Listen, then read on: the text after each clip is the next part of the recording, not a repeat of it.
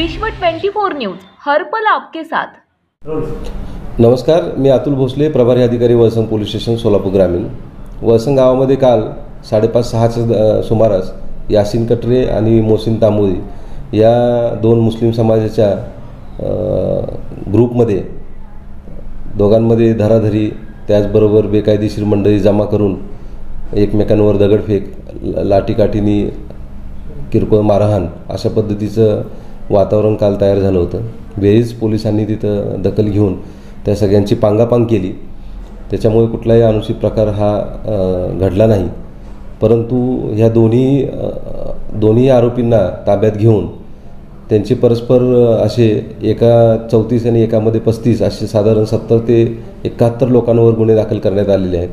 त्याचबरोबर एकूण काल 9 जणांना ताब्यात घेऊन अटक करण्यात आली आणि आज रोजी इतर आरोपींची ही धरपकड ते शोधाशोध चालू आहे आणि आतापर्यंत एकूण 19 आरोपी हे पोलिसांच्या ताब्यात आलेले आहेत।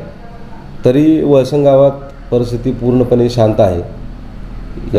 या निमित्ताने सदर भांडणं हे अतिशय किरकोळ कारणावरून एक तू माझ्याकडे का बघतो, मी तुझ्याकडे का बघतो अशा क्षुल्लक कारणावरून झालेली आहेत आणि वळसंग गावातील लोकांना त्याचबरोबर मुस्लिम बांधवांना देखील या निमित्ताने आव्हान आहे की आपापसातले जे काही छोटे मोठे गैरसमज आहेत ते शांततेच्या मार्गाने बसून ते संपवायला पाहिजेत, की जेणेकरून अशा पद्धतीचं वातावरण तयार होऊन गुन्हे दाखल होऊन आपल्याला कारावास होऊ शकतो याची संपूर्णपणे जाणीव या मंडळींनी देखील करून देणं गरजेचं आहे।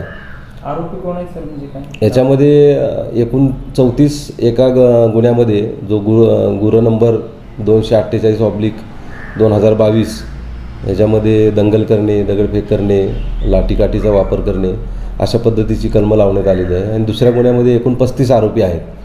हे ते त्या गटातल्या आरोपींचे आहेत। त्याची सर्व डिटेल्स आपल्याला पाठवून देतो। याच्यामध्ये घटनास्थळावर आम्हाला दगड, लाठ्या वगैरे मिळालेल्या आहेत। बाकी कुणी काय वापरलं होतं, कोणाच्या हातामध्ये काय होतं, कुणी गाडी आणली होती का याबाबत तपास हा चालू आहे। माननीय न्यायालयासमोर त्यांना हजर करण्यात येणार आहे। परिस्थिती अतिशय शांततापूर्ण आहे, घाबरण्याचं काही कारण नाही।